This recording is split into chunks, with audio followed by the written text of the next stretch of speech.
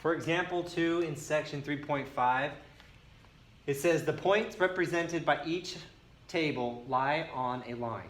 How can you find the slope of each line from the table? What is the slope of each line? What we need to remember is what the slope formula is. Slope, represented by m, is y2 minus y1 over x2 minus x1.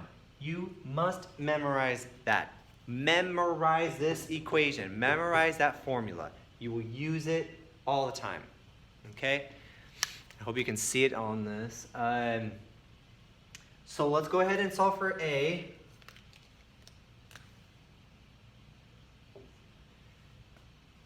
We can look at any of these numbers right here. So let's say y2 is 3 minus y1, which is a negative 1, over x2, negative 1, minus x1, which is a negative 3.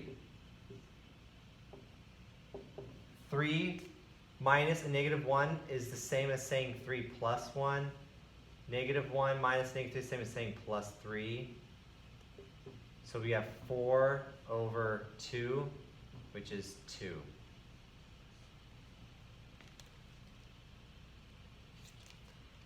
Now let's look at B.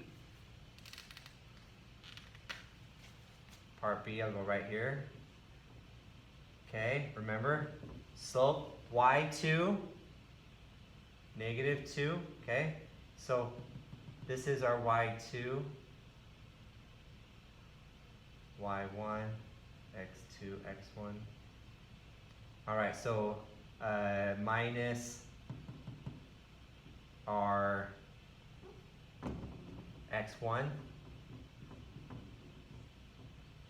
over x2 minus x1,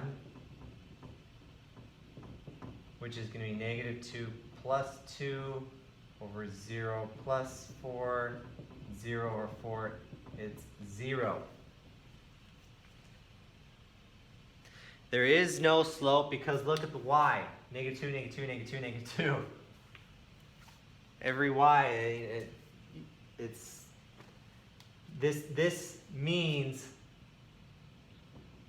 that any point where you put in x, y will always be negative 2. And if you're curious on what that's going to look like,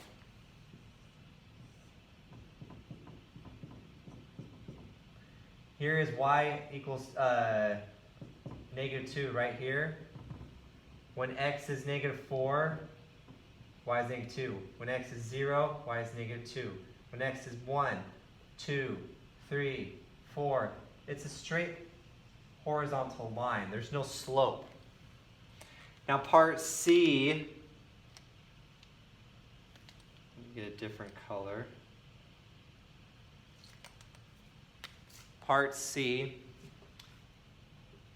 our slope, y2 minus y1, y2 minus y1. Once again, we have a 0 down here. Okay, it won't really matter. I mean, we can calculate that. Yeah, sure, but there's no slope. So it seems like it's going to be just like our other graph, huh?